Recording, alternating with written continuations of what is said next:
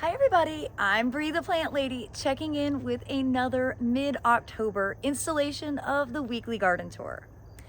Now, as I have said in several videos leading up, I am preparing to go on a long tour. I'm going to be gone for 3 weeks of October, back at it early November to get the gardens kind of replanted for the cool season.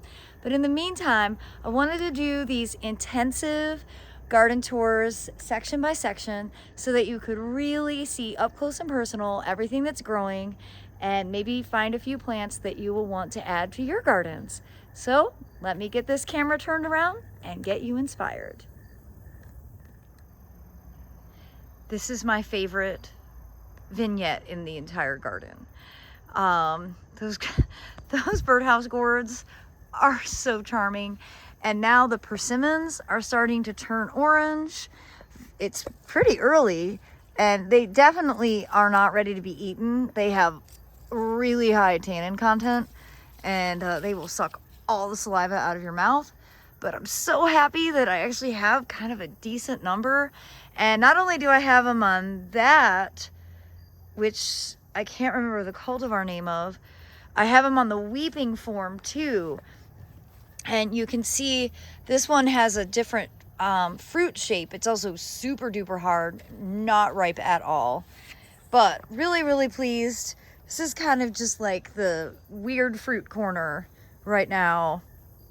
And of course, growing with that is the black-eyed Susan vine. That's one of those plants that once you have it, you'll never not have it. I am charmed by it. I really like it.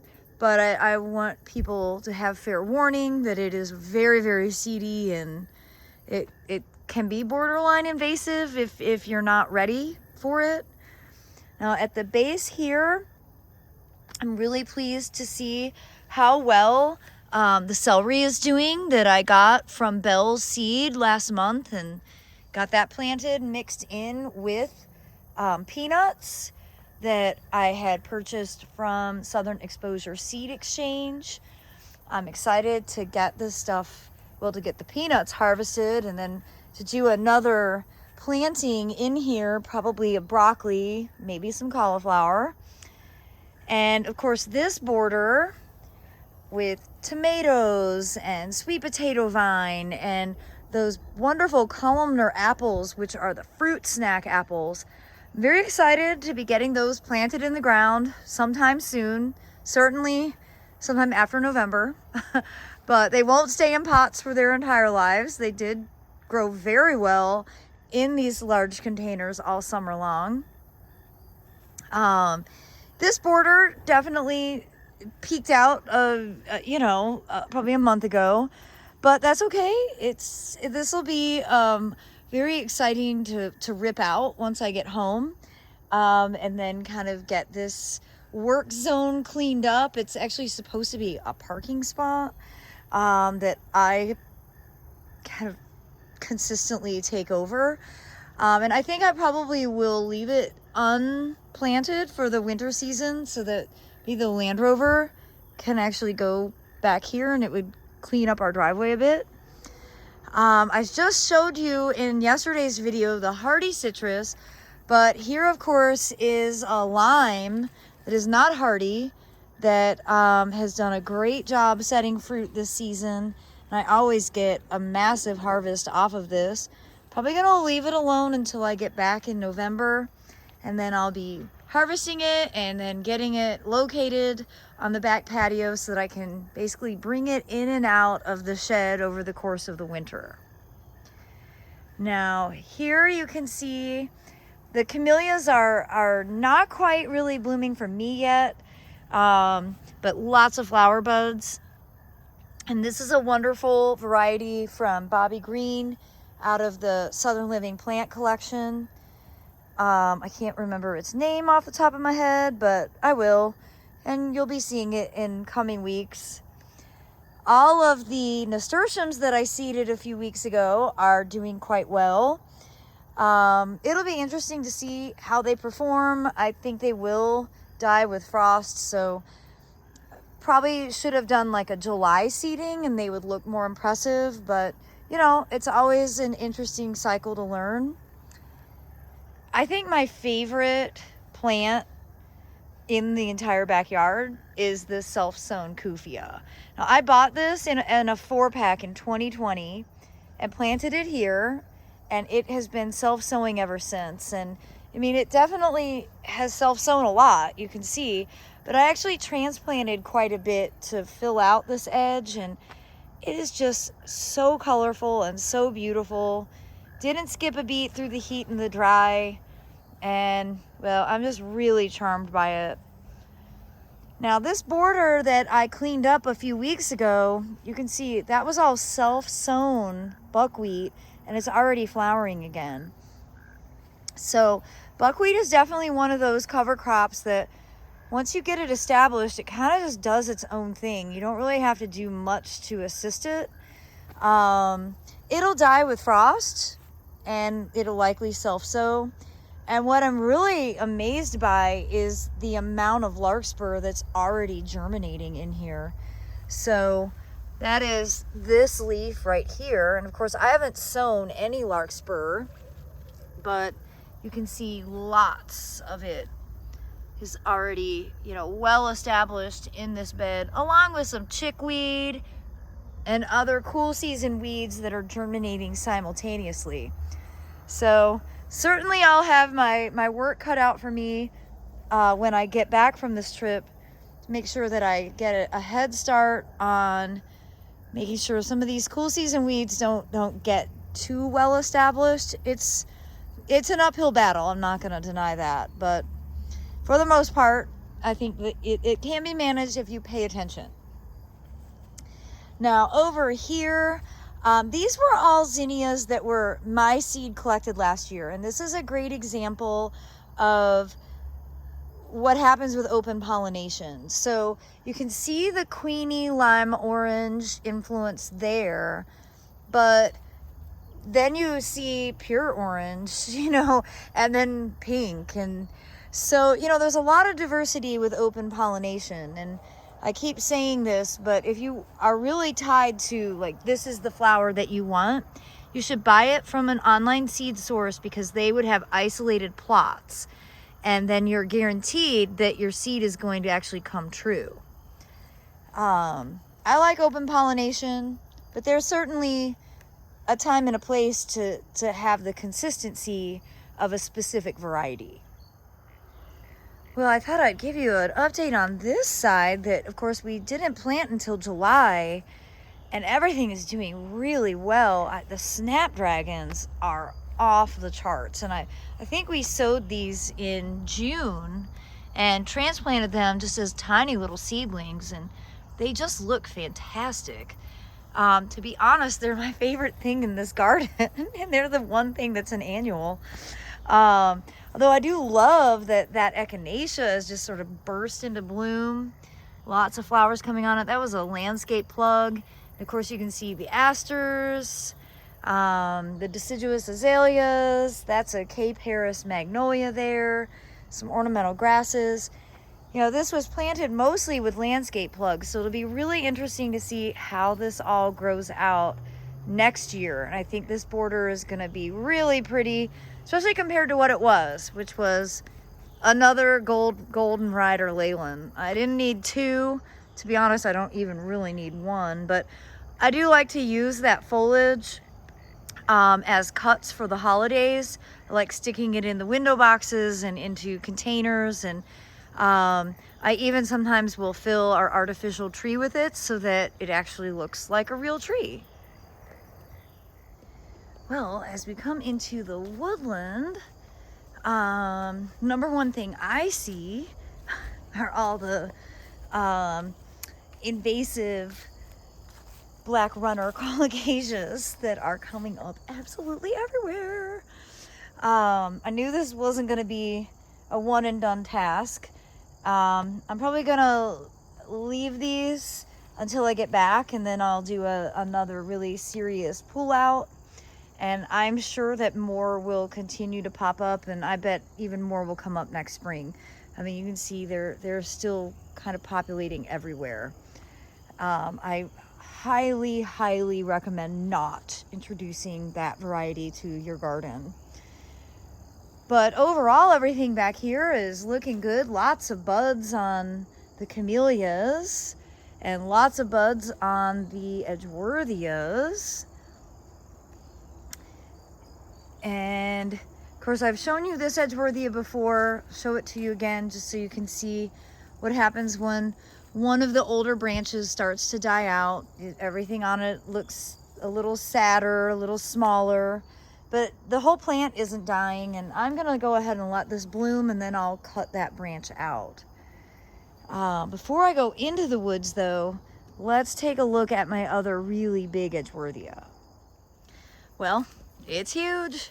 It's covered in buds. Oh, I just walked through an enormous spider web.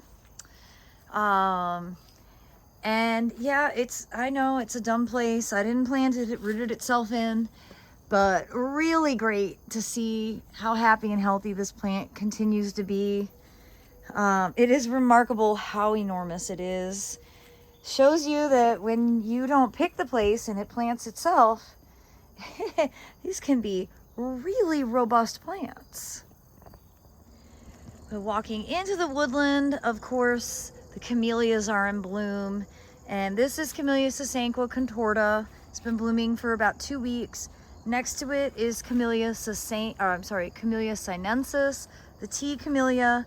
I know I've mentioned before, I'm a bit concerned about its seeding habit. It's seeding very vigorously all over the place. My plan is to do a hard cutback after this blooms. It is a great plant for pollinators, and you can see, you know, the flowers are really quite charming. So I'm not gonna waste the flowers, but I am gonna figure out a new strategy for managing the seed set. And the seeds are from last year. I wanna prevent these from dropping to the ground and germinating in mass, because I already have essentially a tea forest seeding itself right here in this area, and I don't want that to infiltrate into the woods. Definitely going to concentrate on primarily native plants in this woodland. That way I won't have to feel guilty about something growing too well. I'm really pleased with how this border that we did in July, right after the woods got cleared, everything is settling in really nicely. The Pacaria is really happy and healthy here. The Carex, this is definitely where Carex wants to live. And I'm hopeful that all the shrubs that suffered out in too much sun, over the course of the winter, they'll get established, and I think that they should look better next year at this time. Definitely have some big plans for clearing out the rest of the privets that are along the fence line. We're gonna plan to rip wrap large rocks all the edges to help prevent erosion, and then we also are going to put down gravel in the pathways also to help erosion. You can see there's a lot of tree roots that are being exposed as a result of the water flow, which was the intention. We're trying to help drain the top of the neighborhood out by getting it so the water flows better through the woods. But there's definitely some erosion issues that I need to address in here, and I think gravel is the most logical solution for that. So there'll be lots of videos this winter as we really dive in. Even though I'm totally coated in bug spray, I have got like 20 mosquitoes on me right now. So I'm gonna go ahead and get out of this woodland swamp, and well, I'll plan to give you an update in November when I get back. Again, not a lot to show over here, just pleased that rhododendron that I transplanted is doing fine, and all the rhododendrons that we planted from Carolina Native look good. This viburnum went totally deciduous. I transplanted that from out front, but I think actually it is alive. Oh yeah, it's definitely alive. So just went into early dormancy out of drought stress. Some privets that I need to dig. That'll be an ongoing process. And this is a great example of, I've been throwing gourds back here for a decade, and even after all that clearing, more gourds germinated, and you can see they're actually setting fruit. I love gourds. I'm not huge into like decorating for Halloween, but I really do like the natural elements of the fall season. And so I like to be able to grow gourds and collect them and, you know, make little displays using them. And of course, I've got my black magic stationed over here, and just wanted to show you guys the difference between veggie mix and level mix. So this is veggie mix, and it is the most spectacular thing that you will ever put your hands into. Makes everything grow supercharged. And then the level mix is the 3/4 sand, 1/4 compost. And this is what I've been using to grow the native plants in, because it's leaner, kind of prevents the plants from growing too large and lodging. So I have both. I actually have 2 veggie mixes that I'll get to use this year. And an update on that barley that we planted back in September. It's growing like crazy. So we put down about 3 inches of veggie mix in this patch and then direct seeded barley. And I don't generally recommend sowing grains that early. I think this is going to be a little too tender when we do get cold, but it's a great experiment. It's also a great cover crop. You know, this was all privets. This was all ligustrums. So it's a great way to like fix the soil without having to, you know, spend a fortune, without having to use a rototiller. So I'm really excited to be able to, you know, show this as an ongoing experiment. I think it'll be remarkable what just 1 round of barley as a cover crop will do for soil improvement. Now, as we come along here, you can see the pumpkin patch is in full swing. Not as many pumpkins as I would have liked to have gotten, but I'll take what I can get. I've got one really remarkably large cushaw squash. I, again, would have preferred to have like 10 small ones, but it's not up to me. So there it is, literally dangling out of a tree, and it's enormous. I will definitely be harvesting that. I will eat it and I will save the seeds, because who would I even be if I didn't do all of that? I am hoping that maybe like more fruit will reveal itself. I'm just not seeing it, although I'm not sure that that's gonna actually happen. But I harvested a fair amount. I think I got 3 pumpkins and 3 butternut squash and a couple of gourds, you know, some random things. I'd say the real winner though are those birdhouse gourds that are on the other side of the fence over there growing on that arch. And finally, we are here in this dry peninsula, the Mangave border. It's definitely a relatively unhospitable border. It's always been dry, and I'm hoping that that is going to be the thing that makes Mangaves happy. You can see another Mangave is starting to flower, so that one will die. It has a lot of pups around it.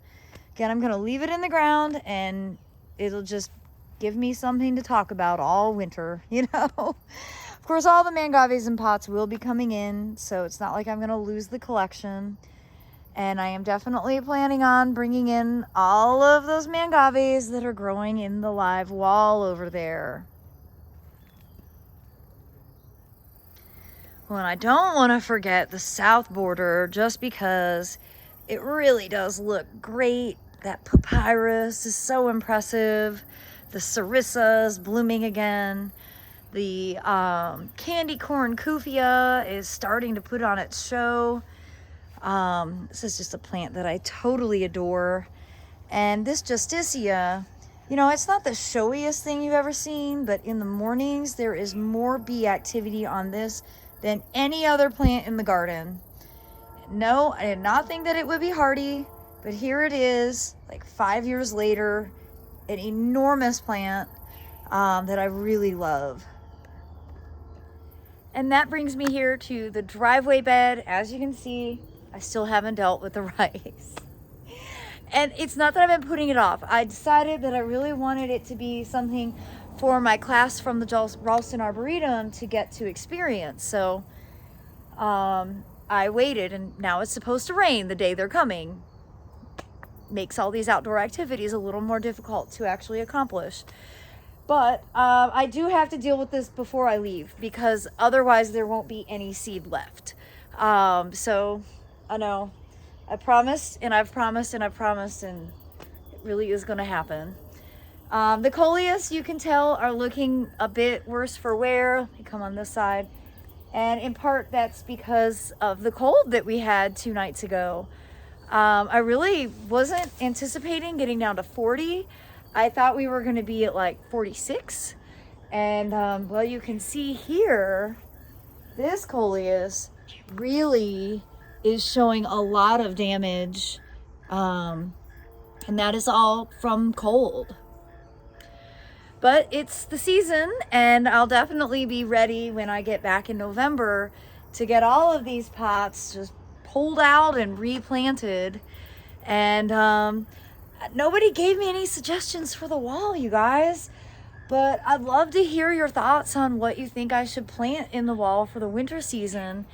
I'm hoping that maybe I'll get some inspiration while I'm on this trip, but right now I'm just drawing a blank. The last few years I've done grains, and maybe I'll just seed it with all leafy greens and we'll have more salad than we know what to do with. But please give me some inspiration in the comments. And you know, I like to take your advice. You guys are all like really smart, and I really appreciate that you interact with me. Well, I do hope that you enjoyed this segment of the tour. Tune in tomorrow. I'm going to do a tour of the native borders, and then I'll probably be MIA for a little while. But I look forward to catching up with all of you in early November when I do get back. Thanks so much for watching, everybody, and happy gardening.